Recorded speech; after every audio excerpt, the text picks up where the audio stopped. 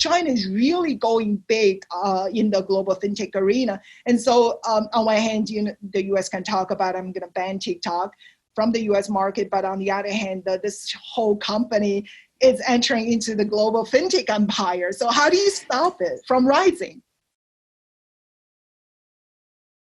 Shirley, it's such a pleasure having you with us today. Thank you very much for being with us. Thank you, Dean. Let me kick off. Let's talk a bit more about the US-China trade war that is going on, has intensified over the last few months. Obviously, especially coming from a business school, I think all of us, or most of us at least, would agree that trade protectionism is not really that productive. I was wondering, however, are there any benefits to the trade deal from China's perspective? Trade imbalance, by and large, that's the simplest part of this whole US-China trade conflicts. And so on top of that, a lot of the comprehensive issues as the US has been proposing in terms of industrial subsidies, industrial policies, and state capitalism model within China that were supposedly also a part of this US-China comprehensive trade deal. They were essentially left out of the phase one negotiation to phase two. The competition is always a good thing. And so I think concurrently, we started to see Chinese asset management firms, starting from CICC to CITIC, etc. These counterparts are starting to innovate, and they're starting to prepare themselves for this imminent, bigger level of competition in the financial markets. And I think China is coming to this phase where inevitably China is going to have to further liberalize the financial market and further propel this financial market reforms. And so I think with the foreign competitive forces coming in, it's going to help to expedite the financial liberalization process in China. So that is a good thing. And the second thing, like agriculture, it's really in China's strategic interest to purchase more U.S. agricultural goods, and not only for consumption, because of simply market pricing mechanisms, but also to build up the strategic reserves, because it's always important for China as a major national security to build up the strategic food reserves. And the third thing I should say more fundamentally is actually this trade deal to enable China to buy more products from the United States voluntarily or involuntarily, I think more involuntarily, but it's helping China to really build itself, to upgrade itself from the world's factory to the world's market, because China has always called for this economic model upgrade from an export-driven economy, and by and large for the past 2 decades or so, to an investment-led economy. And so investment-led economic growth model works for quite a long time. And I don't think it's efficient anymore. China continue to borrow money to finance essentially expansion as a main engine of its economic growth. And so China would inevitably have to upgrade itself to a consumer-led economic growth model. In 2019, consumption has already taken up over 54%, so over half of China's GDP. So China is somewhere on its way there. And I think with the US-China phase one trade deal, it really starts to force China to move even quicker into turning to the world's consumer market. And I should add, Martin, China currently has 400 million middle-income class, and in 15 years' time is projected to grow to 800 million. Just think about the consumption, the power of consumption, with 800 million middle class on the horizon in about 15 years or so. So we spoke a little bit about trade, and clearly the tension has been boiling for a couple of months. But when we look back over the last few weeks, really what has taken center stage is really tech, right? Or technology competition to some extent. Just recently, the US has restricted market access for Huawei or TikTok or even WeChat. Are we going into a global tech-decoupled world? Well, yes. Well, Martin, we all have been watching very closely about this potential tech competition, essentially as a fundamental core component of US-China economic competition going full on, isn't it? I think starting from Huawei, really, it's a rather interesting story if we look at it perhaps beyond the current global context to look at it from a longer historical time span. Because by and large, for millennia, Spain at one point in time was a major global power. But even before that, for across millennia, it was the global economic income divergence and essentially the economic takeoff has only happened over the past 300 years or so, more fundamentally starting from the Industrial Revolution.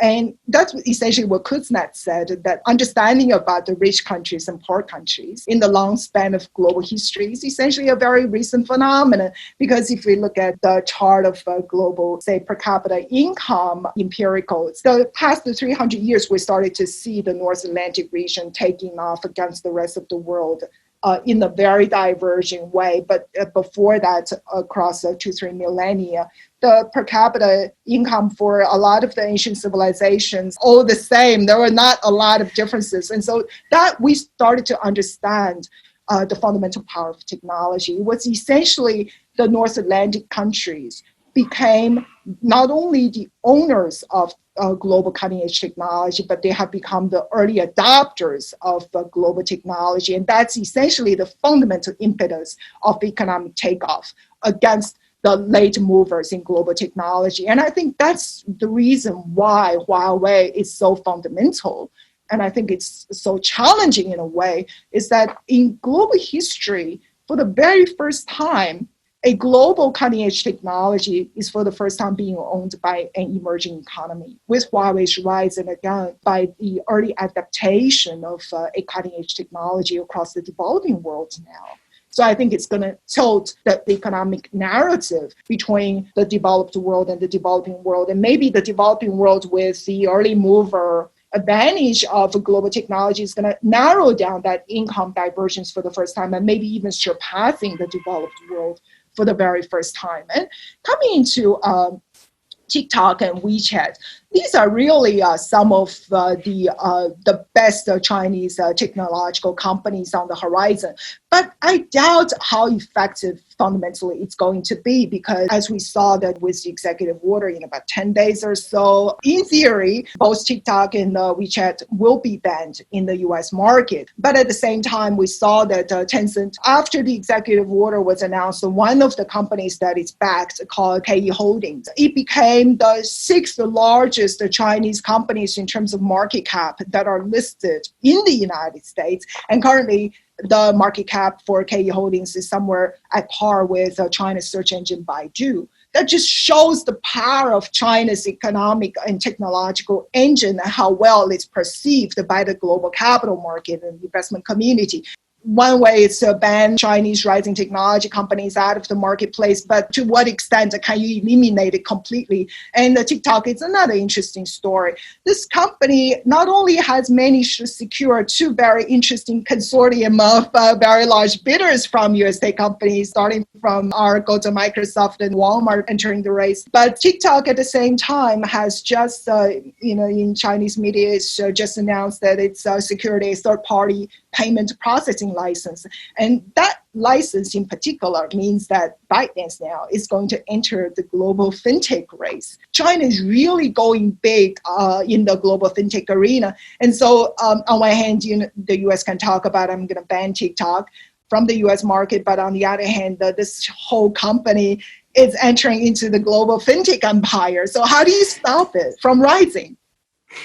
So really, I think your answer sparks so many additional questions. So let's maybe focus on Huawei for a second, a little bit longer, because we spoke primarily the relationship between US and China, and obviously the role of technology or companies like Huawei. But clearly, Huawei has sparked discussions or debate not only in the US but also as well in Europe.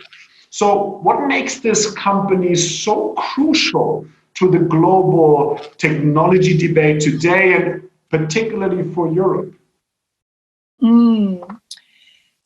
Europe is very interesting because ironically and coincidentally, it is being pushed to the global front line of this techno-geopolitical debate, I should say. And it really fundamentally means a lot for Europe's future. I think this Eurasian integration has in a way been the long theme of our history. This Eurasian continent integration has always, in a way, that ambition has always been there and being played out by various players and in various different forms. And of course, in this modern age, I think China, there is no parallel to what China is trying to build with Eurasian connectivity to the pre-modern era, but China does want to connect Eurasia into a one connected framework with its infrastructure. And I think those infrastructures are fundamentally underpinning two core technologies that China is able to offer today. One is the telecom infrastructure that is essentially led by Huawei, and that is to connect the telecommunications network on the infrastructure level within Eurasia, but also with China and the ASEAN countries under its Belt and Road Initiative.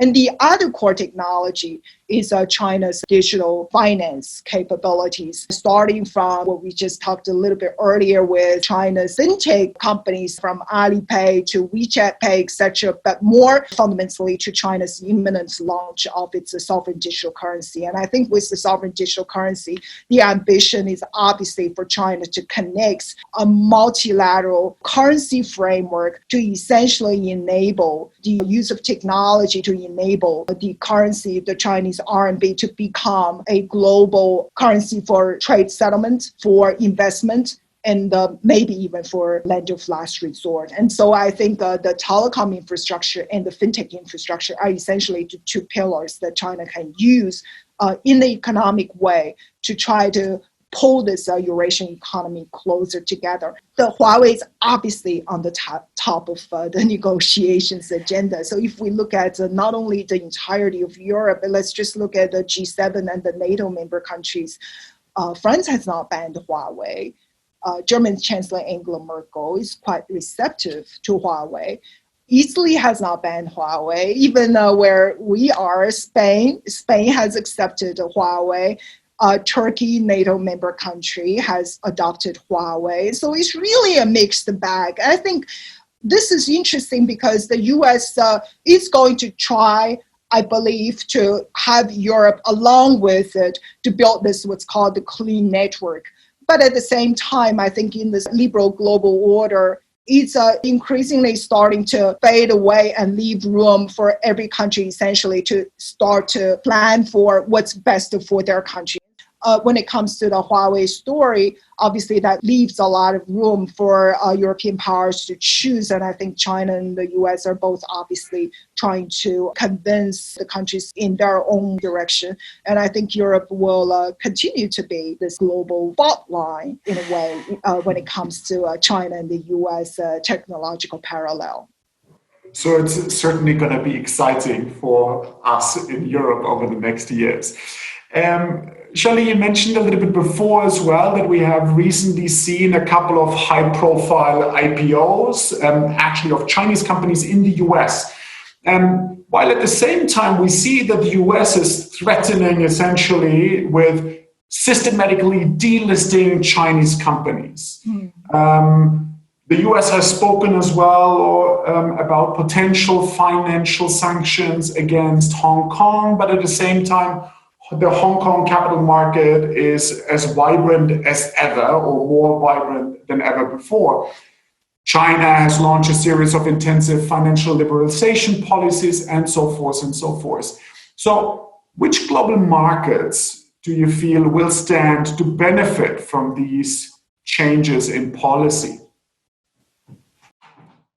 Well, this year we have seen a vibrant market of Chinese companies seeking listings in the United States, despite all the talks about systemic delisting possibly by 2021, based on basically the audit records requirement. And so under current US and China securities law, it is true, it is practically very difficult for Chinese companies that are listed in the United States to be able to reveal 3 consecutive years of audit records to the US regulators. And so China did say, I must say though, Martin, that China's top regulators have come out and said we're willing to work with the United States. And the good thing is that there is still about a 15-month window there to see if the two sides can come to a solution. But let's say there are policies. I think the direction is that the U.S. is going to further restrict Chinese companies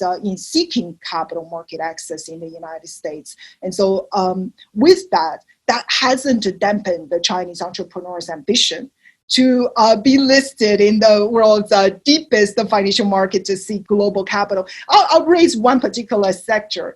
It is China's NEV sector. We know that it is the Chinese national strategy now to, especially post the COVID-19, to invest massively into a new electric vehicles sector. So the Ministry of Industry and Information Technology, that's the governing ministry, says and plans for by 2025, 25% of China's new car sales will be in new electric vehicles in just about 5 years' time. And currently, it's only roughly about 3% of China's new car sales. And so let's imagine the speed of growth there.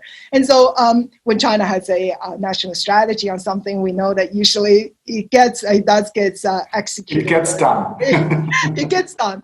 And so I should say, ironically, all three of the largest private EV companies in China are currently all listed in the United States. So it is fundamentally the US-led institutional capital and the global capital, obviously, that finances this major EV rise in China. And so the three companies are NIO, XPeng, and the Li Auto.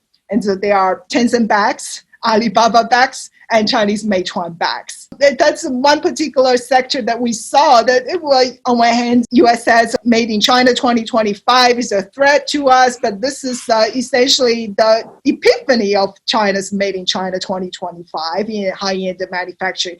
And the market perceives it very positively. And the other thing I should say is that Hong Kong market itself has, because of its proximity to Chinese market, it's always easier for Chinese, the best of Chinese companies to seek listing in a place where it is closer to its home turf. And so we started to see the biggest IPO in a long time, Ant Group, that is the fintech arm of Alibaba. So of course, if I have capital today, I would be thinking, okay, the most de-risked market, probably China. The market that probably has the highest growth potential, China again. So we started to see a lot of capital coming from the dollar capital coming through the RQFII program into China's onshore market to invest in Chinese companies. But more conveniently, a lot of dollar capital starts to invest in Chinese companies in Hong Kong. And I think all these trends will continue. But at the same time, I should also add that China has instigated a number of very important financial market reforms domestically.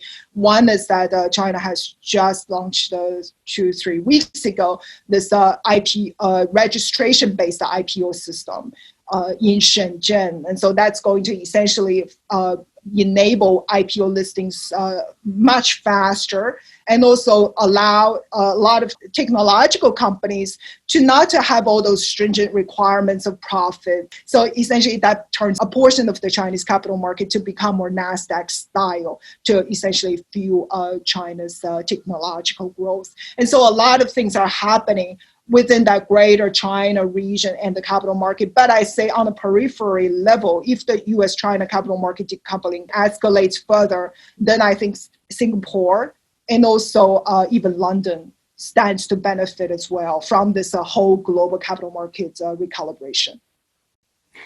So I think in this interview, we have to talk a little bit about COVID-19 as well and what might be the implications. So I think COVID-19 clearly has fueled, I think, the level of digital transformation across the board, but also in China, whether we talk about health screening apps to online education or the nationwide rollout of the 5G network. Could you give us a little bit of view on how you see how COVID-19 has changed the Chinese economy? Martin, it'll be fundamental. Post the COVID-19, the reason China has recovered very quickly, we started to see a 3.2% GDP growth in Q2 of 2020.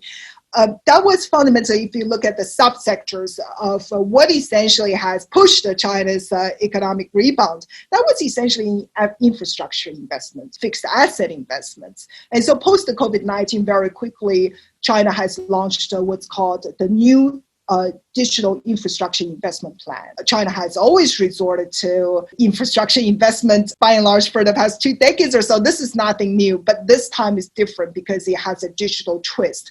And so China has come out and made a plan. So far, I think about $5 trillion have been earmarked, 5 trillion with a T. Have been earmarks for new digital infrastructure investments over the next 5 years. And so that's going to be specifically investments in smart cities, cloud computing, 5G networks, and IoT's Internet of Things. And so all of those investments will give China a fundamental edge, I think, coming into the current decade in driving what it aims for exactly in taking a global technological leadership in the technology space of the 21st century. And if we look at the 5G space, it's rather interesting. Chinese ministry has confirmed that there are currently over 60 million 5G users in China already. And by 2025, the plan is to have 460 million 5G users in China in just 5 years' time. And so talking about 460 million 5G users, Martin, in China, even we put everybody from the United States on 5G networks, it wouldn't be that sort of numbers. That is fundamental, the early mover advantage. China has a demographic advantage. And on top of that, I should say, China has a data advantage. One of China's leading economists, Zhu Min, who was also the former deputy managing director of the IMF, he became one of these 9 leading economists that were invited to share ideas with Chinese President Xi Jinping recently. So I thought his ideas would indeed matter to the world. And he said, for Chinese government, we hope in 10 years' time, China will own twice as much data as that of the OECD member countries combined. So essentially by 2030, China is going to have twice as much as the entirety of the data possessed by OECD countries. That is astronomical. And so now it's rather interesting. The Chinese advantage has become this marriage of the telecom infrastructure advantage with the data advantage. Once the infrastructure is there, then China can use the infrastructure to generate quite a lot of data that are useful for AI development, for Internet of Things, and more fundamentally, these data can be seen as significant as land, capital, labor, all the 20th century factors of productions, but the data is going to perhaps be even more significant in the digital age in generating digital outputs. And so this marriage of telecom and data, I think it's going to fundamentally give China a real economic push, driving even closer of this economic parity between China and the United States. Shirley, I wanted to come back a bit to a point that you made about the recovery in China, right? I mean, essentially what you're saying is China was able to recover in a V shape. So really talking about the speed of recovery, right? When we look at 2020, it seems that China is projected to grow by 2%, while looking at the US and the EU, most likely they're going to contract at an economic level. So how strong would you say and how sustainable is China's economic recovery? Martin, if we look at Q2, of course, very soon, hopefully, we're going to see Q3 coming out. So in Q2, China's economic recovery was very Keynesian, I should say. So China has resorted back to American engine style in tackling aggregate demand shortage. And so the government has come in, pushed for investment, particularly in fixed asset investments, in infrastructures and real estate developments and so forth. And so all these sectors have recovered to positive territory in Q2. But we haven't seen a very robust recovery in the consumer space. We just talked about China is aiming to fundamentally change the economy to service-led economic growth model. And so the recovery of consumption is significant. So I cannot say that China has fully recovered until the services sector in the consumption area has fully recovered. But that again, it's complicated because on one hand, it's based on consumer confidence. If you want the Chinese to start to consume more, first of all, they have to make more. So I think it's important for per capita income to continue to rise. On the other hand, Chinese will consume more once employment becomes more stable. And so that means we need to create, China needs to create more job opportunities. And post the COVID-19, unemployment rate has gone higher. And China is not denying that issue. But I think it's really, really important for China to find ways to stimulate employment and job opportunities. And that, again, investments by the government may just offer that temporary cushion to have more employment opportunities created. And so these are the fundamental factors that can more structurally enable Chinese to spend more. But also, I don't see China can fundamentally recover on a standalone basis unless the rest of the world recovers with it. And so we saw that a lot of the trade-led companies in China are suffering a lot today because not only the supply chain has been disrupted between China and the world, but also the rest of the world hasn't really fully recovered economically. And so where does the demand come from? And so China has started many different reform agendas in the consumer space in the past couple of months to essentially enable these export-driven companies to start to sell their products that were meant to be produced for the global markets to be sold within China. China has also started the Hainan Island new policy back in July that essentially enables Hainan Island to become the largest free trade port in China, and then enable duty-free shopping within Chinese territory, not only Hainan, but there are policies that are currently on the horizon to establish duty-free shopping areas within the inner cities in China to enable Chinese to start shopping more within China itself. And so a number of policies that essentially will help to promote the healthy recovery of the consumer space. But as far as we saw from a statistical level, consumption hasn't fully recovered yet. Before we spoke a little bit about fintech as well, and looking at a more national level, it seems China wants to create its own digital currency. So what do you think is the plan or the ambition behind this? Why is China doing that? Martin, a lot of people say, well, China did this because of Libra. It was because Mark Zuckerberg testified in Congress and said, well, we have to have our currency because China is on it. Well, I should say that from China's PBOC, the central bank, this digital currency has been in the works since 2014-ish.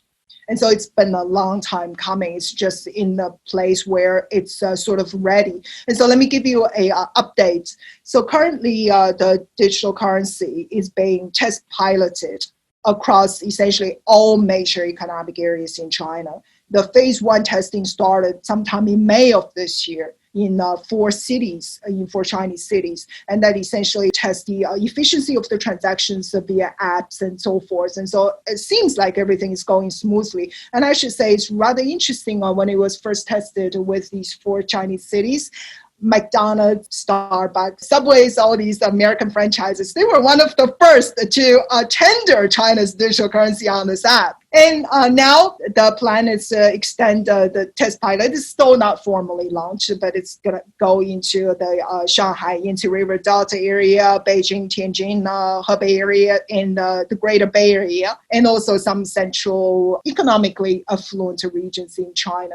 And so there is no clear timetable, but it looks like it's getting more ready to be launched. And in terms of the infrastructure within this sovereign digital currency thinking, the structure is essentially 2-layered. And so for the central bank, there is a wholesale layer. The central bank is going to push this digital currency to 8 wholesale banks within China, including Alipay and WeChat Pay. And then there is the retail layer to allow the 8 commercial outlets to distribute it further to the retail lanes. And so in phase 1 in the currency launch, so it's going to be primarily used within the Chinese domestic financial circulation, and it aims only to replace M0 So just the cash within the system. And so essentially we could see it is nothing more than just to use the digital currency, a bunch of codes and barcodes, etc. on the phone to replace the physical RMB in the system. But the ambition, obviously, is for this digital currency to be wider used and adopted within a larger global multilateral framework, because we know that China's capital account is not fully convertible. And so China has always had this concern about capital account convertibility, in the sense that if there were in a financial crisis situation, as we saw in Asian financial crisis 20 years ago. So in case of another situation just like that, then with a sudden capital flight,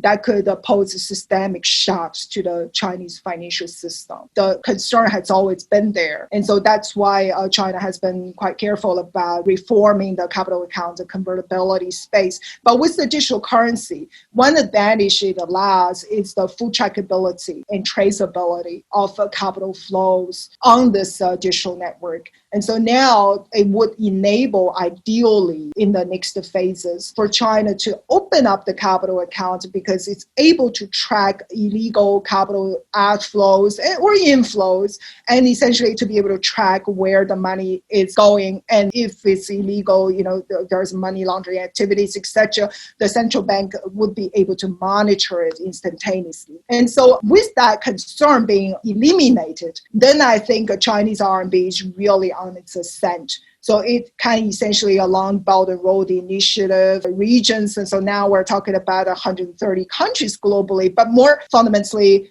across Eurasia or Asia Pacific, and so about 70 countries or so. This trading integration is going to essentially propel the RMB to be wider used as trade settlement currency, perhaps for China to use RMB, the digital RMB, to be wider adopted in investment base across the region, and also perhaps even for the RMB to become a regional reserve currency, and all the possibilities that arises on top of that. In a way, this is the contingency plan for China, essentially to establish a regional multilateral framework where Chinese RMB could freely transact and freely flow on the digital network that is away from the US dollar clearance system.